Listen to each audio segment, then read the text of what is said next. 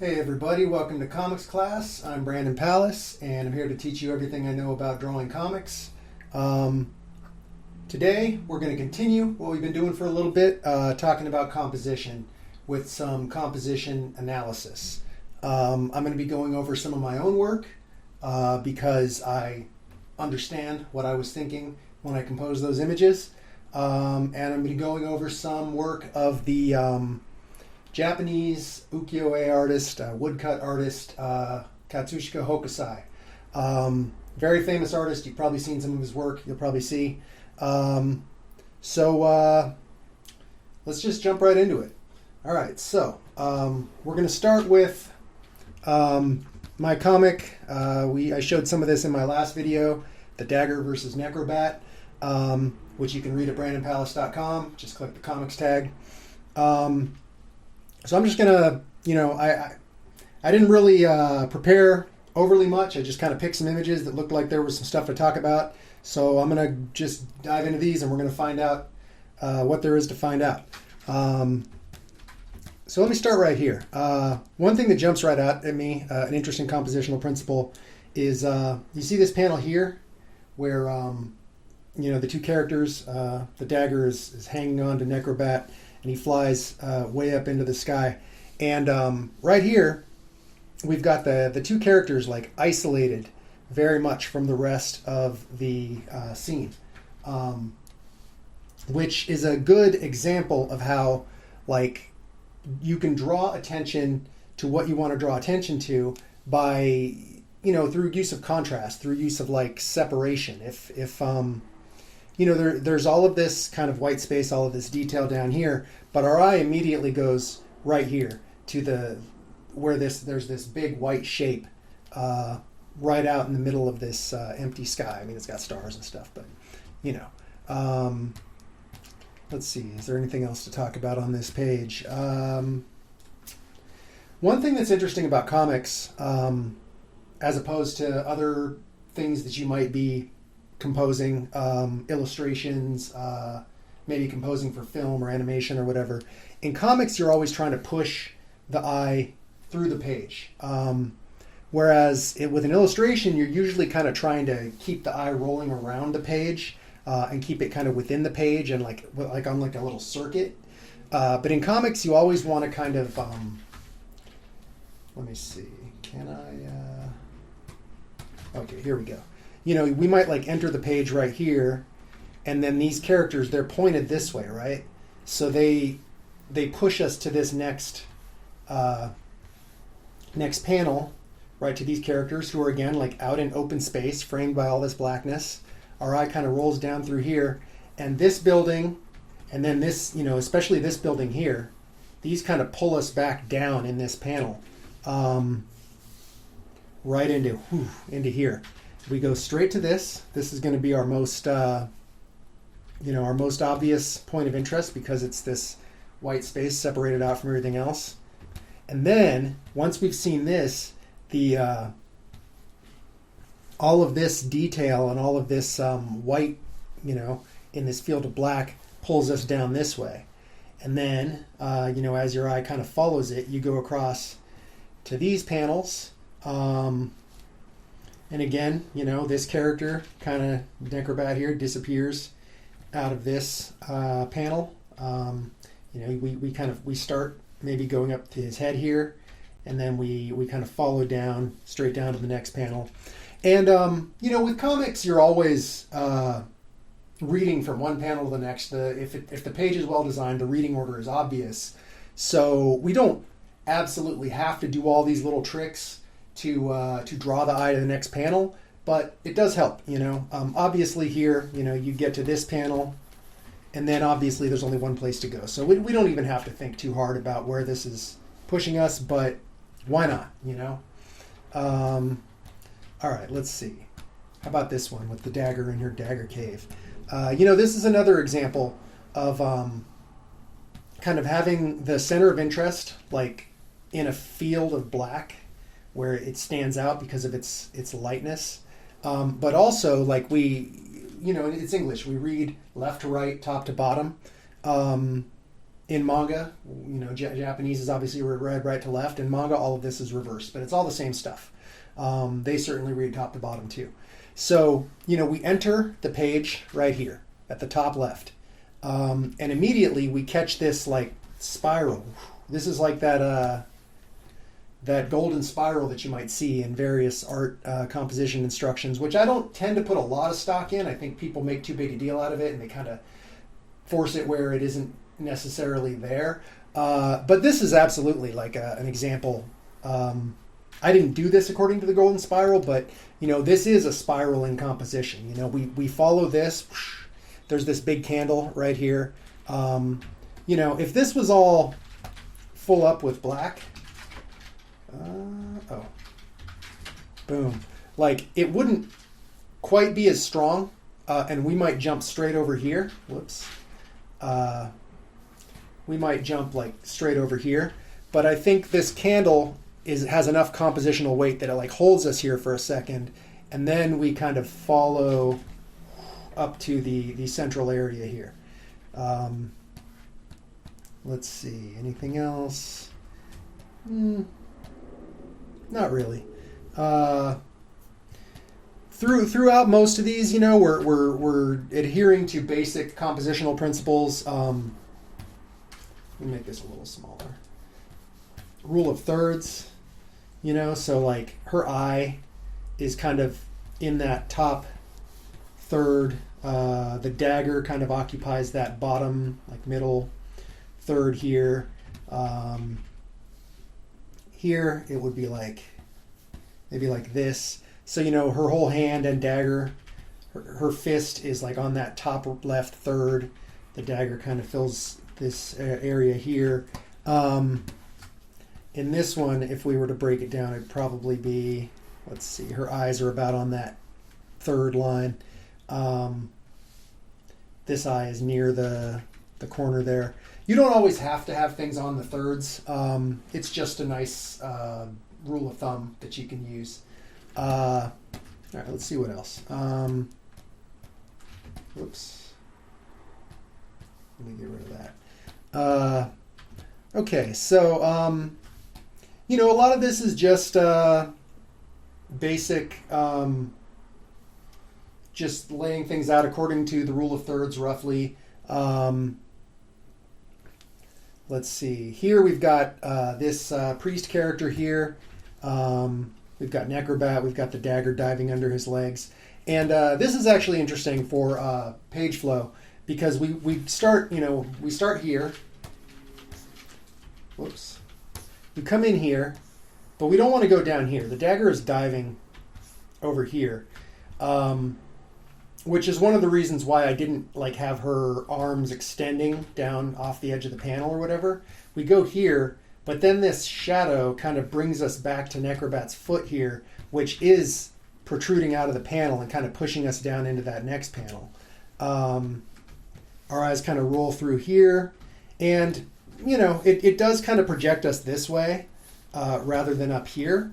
But maybe this hand pulls us back up, or maybe not. But again, the strongest cue for reading order in comics is the panel order. And in this case, this panel order is obvious. We start here, we come down here. Obviously, we go here, down here, back to here. Here's another like nice rule of thirds. He's probably like about right on that third, taking that up. His head is, kind of close enough to that top right third. So yeah, there's that. Let's see what else. Another one. Okay, thirds. So the dagger and this hole that they're falling through in the floor is right on that third. Necrobat is falling here, and I could have put him on the third there, but I had composed all this stuff down here, and I wanted to keep a sense of there being a lot of space below them to kind of fall into. So there's all this open blackness that they're falling into, and then I took the liberty of making the dagger a silhouette here, so she would stand out really sharply in that bright white that bright white space there. This is actually this gap in the floor that these like kind of what do you call it? Like broken floorboards that they're falling through. So there's actually all this detail up here. Like, realistically, we would see the roof, the ceiling of the church and everything that they're in. But I left it blank just for, it's artistic license and just to kind of make it more compositionally striking. Again, like I said, they're falling into this open space. So here we have this long fall into the floor down here. This is a very strong compositional element pushing you down. We come back up through this little, these are, I don't know, storage boxes, pianos, and who knows what, in the basement of this church, covered with a drape. But this thing is here to kind of pull you back up here so that you come across into this panel. Her fingers are kind of extending down into this next panel. And then here, this again is kind of like a nice rule of thirds composition. Let's see, what else? Another one, nice rule of thirds composition. They're both kind of on that third. Up here we've got a bunch of space, but they're occupying the lower third here. I feel like this overturned pew helps to kind of pull you down into this panel, and this kind of pushes this way, and then we kind of loop back up through here. So yeah, it should come as no surprise since these are comics pages, but I'm having a lot of very comic specific stuff to show right here. When we get into the Hokusai stuff, we're going to see a lot of stuff that's not comic specific, that's more like illustrational. So let me see. Was that it? I guess that's it. I guess that's all the pages of the Dagger that I used, but that's fine because we've been going for 12 minutes already. And I know I said before that I'm going to be making these videos shorter, but I don't really see any reason to restrict myself too much. I'm going to make them as long as they need to be. I'll try not to go hour long, but whatever. I'll show you guys what I need to show you, and we'll see where it goes. We'll see where it lands.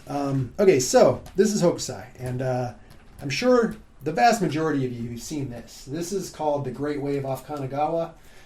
It's, for my money, probably the most famous piece of Japanese art there is, at least in the West. Ukiyo-e was a art form that was popular in the 1800s in Japan. It was these were woodblock prints. They were mass-produced. People could just buy them and have them in their homes. And they were very popular. And there are a bunch of very famous artists, but Hokusai is probably the most famous. He's my favorite. And he's just a graphical genius. The man knew his composition, his kind of line work, his design, just to an incredible degree. And I'm going to return to him regularly in this series because there's so much to learn. He's been such an influence on me, and you look at this stuff and I'm sure it doesn't look much like my work, but just the theories of composition and line and stuff that he's using have been hugely influential on me, and I study his stuff all the time. So I'm going to go ahead and come back to this fairly often if I have anything to say about it. So let's start with The Great Wave. The Great Wave off Kanagawa is the full name. It's often just called The Great Wave. But let's see what we see about this. So obviously we've got that spiral, that golden spiral that I mentioned earlier, and that I said I think is overused in art, but I don't mean overused as an actual compositional tool for art that artists use. I mean, I think that people make it too big a deal out of it when they're trying to teach this stuff. They'll overlay it over pictures and say, look at it, and I say, I don't think there's a spiral there. I think this is actually laid out according to very different compositional principles. But sometimes the spiral is there, and it very much is there on this one. Let's see. I'm not doing a great job of splitting things up on exact thirds a lot of the time, but oh well. We can see that if we do it in thirds, this wave, it kind of occupies this side. The kind of center of mass of the crest of the wave is about on that top third. We've got these boats on this other third. So there's this diagonal sort of movement or compositional balance. And that's a thing that you see, I kind of strive for that a lot. And you see it in Hokusai's work, and I think in a lot of Japanese, like classical Japanese art, a kind of dynamic, like diagonal kind of balance. So we'll cover that. Look at the wide open area here. Like there's some slight like texture. There's a little bit of like faint watercolory kind of detail here, but it's mostly like open space. It's kind of negative space that's counterbalanced. It's almost like a yin yang, right? Like the wave, where there's almost like another wave right in here, filling up that negative space, or made out of that negative space. So we've got big open area balanced by densely detailed area here. We've also got within the wave really densely detailed areas. Look at all these little like claws that make up the foamy crest of the wave. And this is something I'm going to talk about later when I get into design principles. We're talking more composition right now, more like the picture as a whole, but there's a whole lot that goes into like how you design your lines and your little shapes within the picture, and that's related, but I call that design principles, and I'm going to talk about that soon. But there's so much cool stuff going on with these little finger-like wave things, but look at all the intense detail here and how that's counterbalanced by these wide open white spaces with just nothing. And it's beautiful, and that's like that's the sort of thing you want, in my opinion. I mean, obviously, everybody's art is different, and everybody has different things that they strive for. But to me, I love this kind of balance between detail and open areas. Space, negative space. And so much of composition, so much of design comes down to just the variety and contrast between all of these different things, between like space and density, between light and dark, between like soft and hard, between curved lines versus straight lines, all that kind of stuff. Yeah, that's most of what I have to say about this one right now. Another thing I want to point out, I forget what this is called, but I forget what this is called, but virtually all of these ukiyo-e pictures, which means, I believe ukiyo-e means pictures of the floating world, and it refers to the not the technology or whatever that because these were like wood block prints. Not the technology of the print, but of the subjects. They were often like pictures of fanciful scenes, mythology, ghosts, stuff like that, which I guess is what they call the floating world. Anyway, I digress. I'm sure I'll talk more about that later when we come back to Hokusai later on. But there's these little badges that I think often were essentially the artist's signature. And you'll see these on almost all of these. These are sketchbooks, so these don't have it. But like this is, all of these ones that are like a final work of art are going to have these little badges here with, I think it's, it's like the title, the artist's name. And I think it's really cool because they serve as a compositional element. Usually when you look at like Western painters, they'll sign it, but it's usually kind of small and unobtrusive, like down in a corner somewhere, and you often don't even notice it. But here in this style of art, they tend to make it very much a part of the composition, which I think is really cool. And when I make pictures, I usually try to put my signature. I put it in a little box, and I give it a color that kind of balances against the picture somehow, because I think it's cool. It's another compositional element to play with. All right, so that's enough about that one. Let's see. So this is from Hokusai's sketchbooks. He published several, 15 or 20 volumes of sketchbooks. In fact, I shouldn't be moving around in my chair because it makes horrible noise, but I have this set of his sketchbooks that I had to import from Japan. and they're just full of, there's probably 1,000 pages between all of this of just really cool stuff.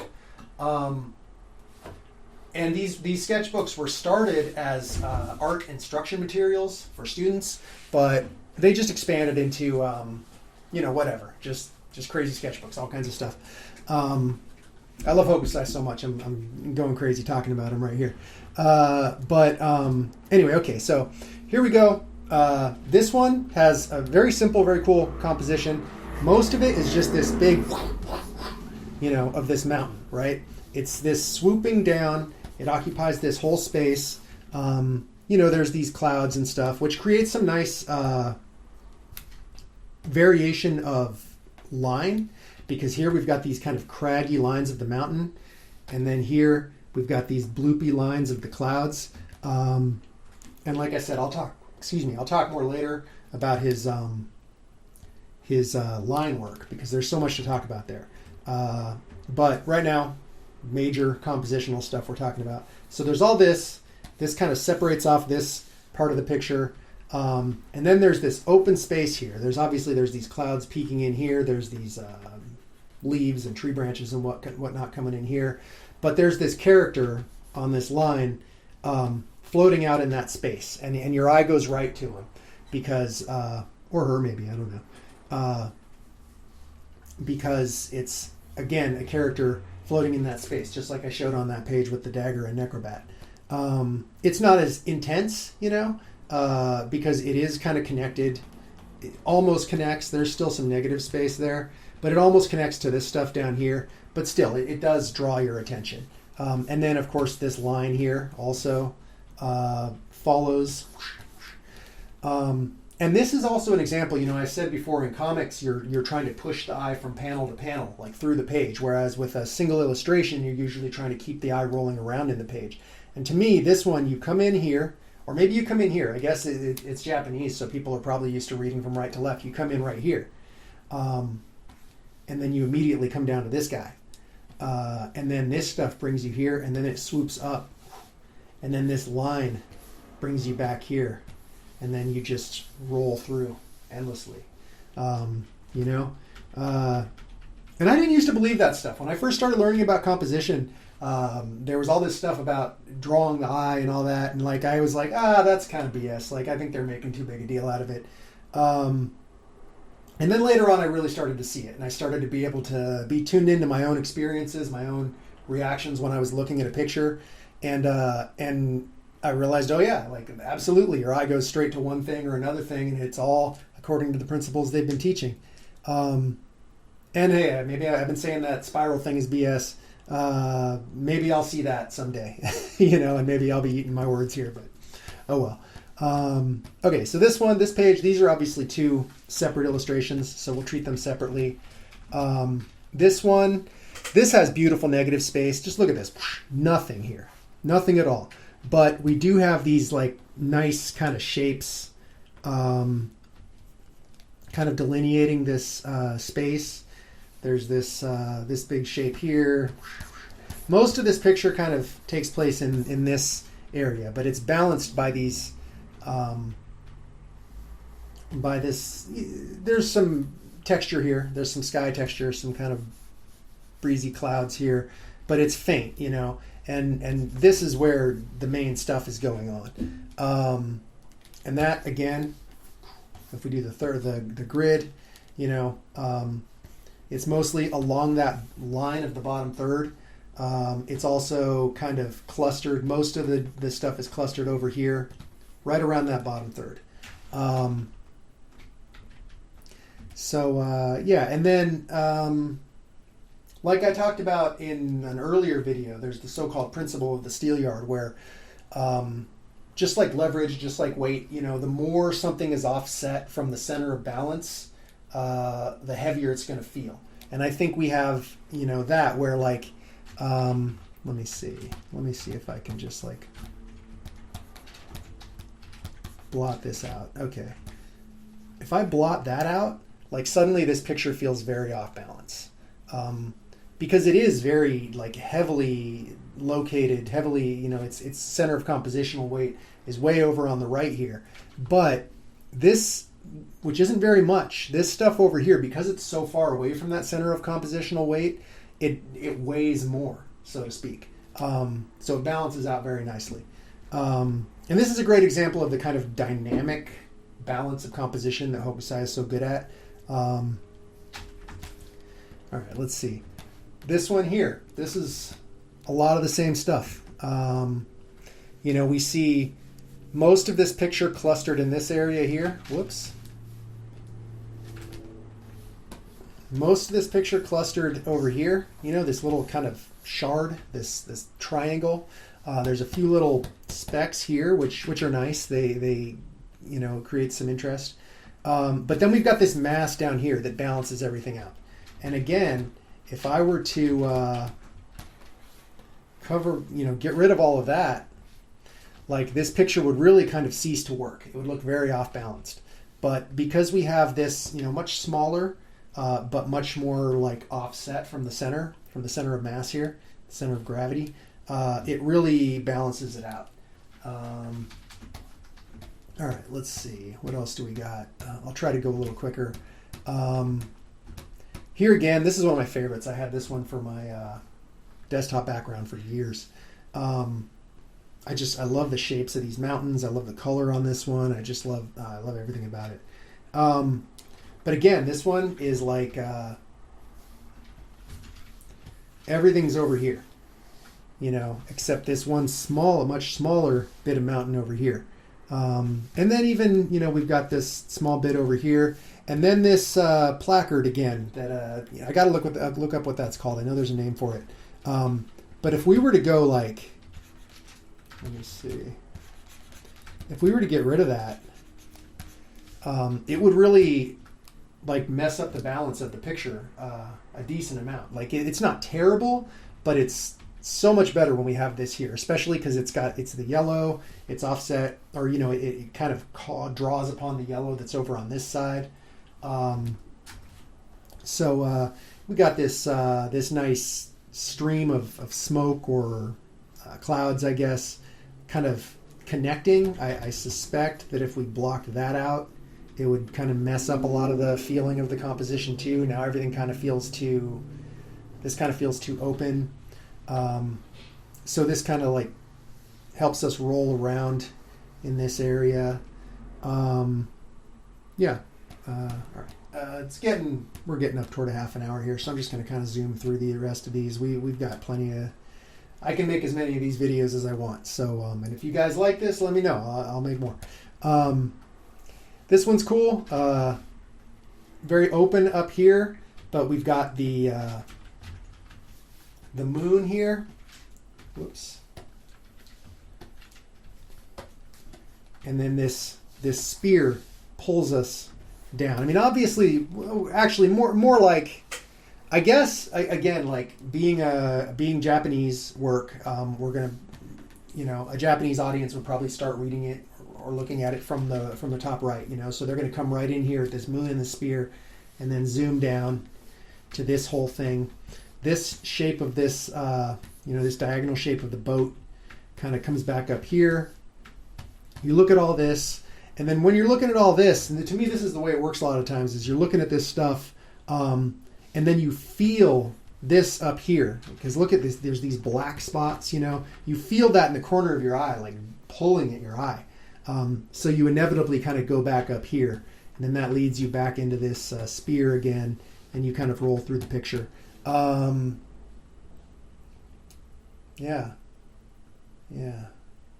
There's some black space down here that I think helps balance this out. If we were to if this was to be filled in with all of that like boat color, I think the whole thing would feel a little unbalanced. But this black space here, it just makes it nice. Here we've got, let's see. I like these tall compositions. Let's see. Thirds. This guy's right about on that third. We've got this whole woody area up here in the top third. The middle third is mostly this this pond or this lake or whatever. This guy and this bridge are kind of the bottom third. And there's this, you know, you come in right here, swoop around, go up to the ducks here. There's this little text over here that kind of helps pull your eye, and then presumably you just kind of roll back up, or maybe you kind of go back. I don't know. But there's just a nice like flow. I love how there's so often some kind of like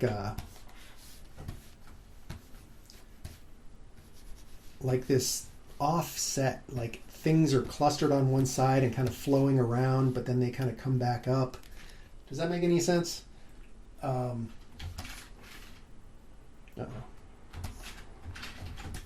right, let's see. This one's pretty similar to this one. A lot of these have like the same colors and very similar compositions and similar aspect ratios, so I wouldn't be surprised if they're part of the same series or something. Again, here we're, you know, kind of coming in here, rolling down this way. What else? Here's a cool example, again, of like everything being very clustered on this side, but one of these placards balancing out the composition. It would really feel just so awkward, I think, if that weren't there. But because it's there and because it's so offset, it weighs more than it would if it were closer over to the rest of this stuff. So it balances it nicely. What else? I guess that's actually almost all of them. This one is just kind of more of that like rolling back and forth. Areas of dense detail versus areas of open space. And then we've got some smaller areas of dense detail within that open space. Just great stuff. Great composition, great design throughout. Let's see, this one, this cool like cherry tree swooping this way.